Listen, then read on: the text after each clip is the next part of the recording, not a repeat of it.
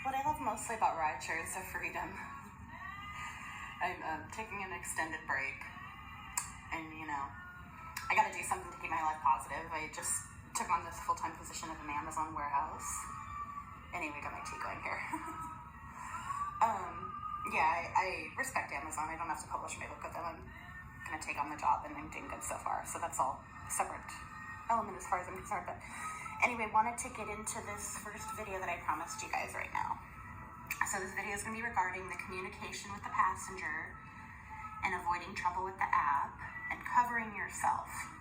What I mean is making sure the app's not going to get after you for something you did wrong, or it thinks you did wrong, whatever.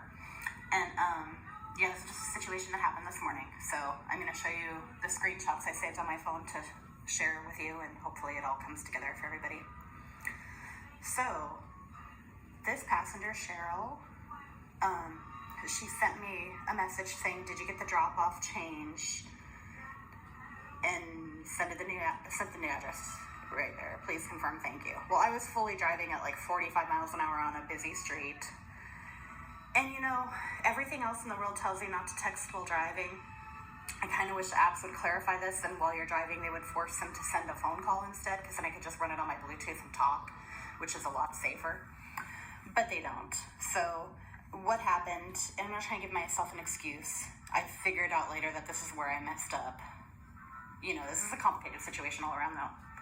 But anyway, first thing this is what I accidentally did. I found out later. I hit the pre-text to respond, which said I've arrived, meaning I've arrived her pickup, which wasn't the case. I was still 5 minutes away en route to her.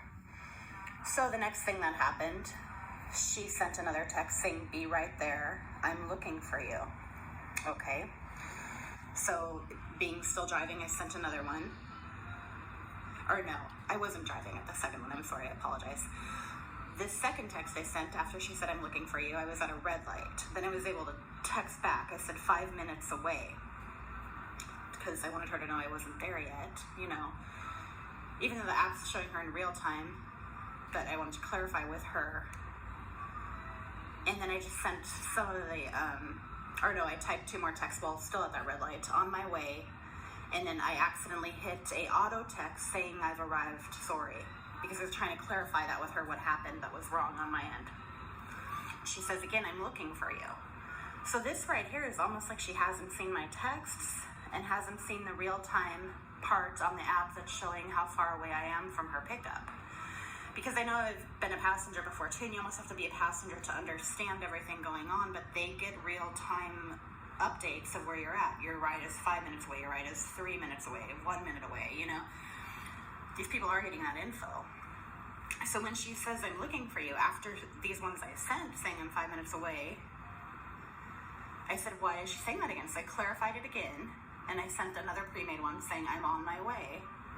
So this is the second time I've said that now. Hopefully she'll get it, Then her next text comes in.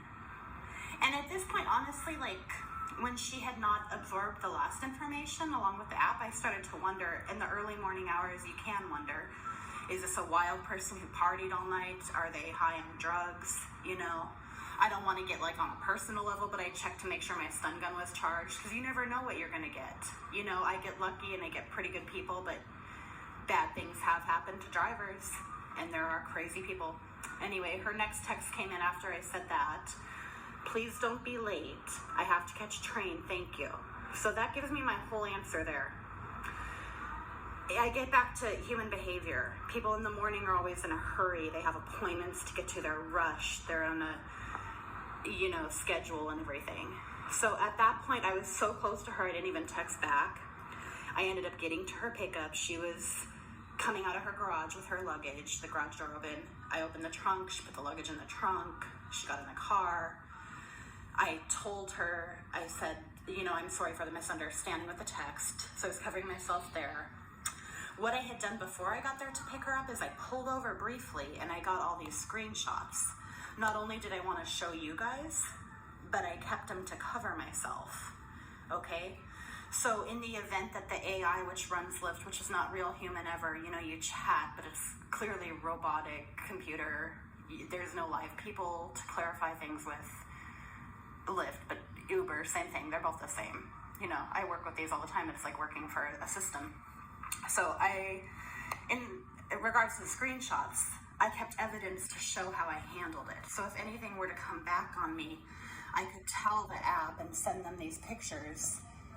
And I talk about covering yourself, making sure you're not going to get in trouble. Because at this point, I already had that bad rating last week from a guy who got in the car and didn't like the temperature, even though I adjusted it. He was drunk in the middle of the day. I can't afford any more bad ratings right now. So if anything were to happen, I would actually fight it. I would get on there and send these, cover myself, like I like to call it.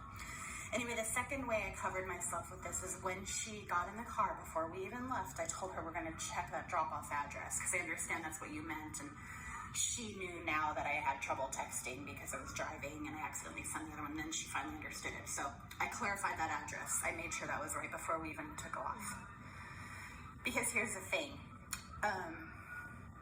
Since I didn't communicate that right in the beginning, and I took accountability for that, I wanted to cover myself for verifying that what she was trying to give me as info that I misconstrued in the beginning, I fixed that before we even took off on the trip. Because once you take off on the trip, if you haven't done that, it's too late for that kind of thing. And if you haven't answered her on there that you verified it, you know, that's going to set you up for a bad review or whatever. So it's just, you know, communication with the passenger, avoiding trouble. I don't know how else to put it. That's just a scenario that happened, and it was new to me this morning. So this was, anytime something new to me comes up, you know, I'm going to shoot a video of it and share it with you guys because I want to help you out. And that's just how I'm giving back to the universe. And, you know, it's all karma. It's give and take. And, yeah, hopefully it helps you guys out. So that is everything on that subject.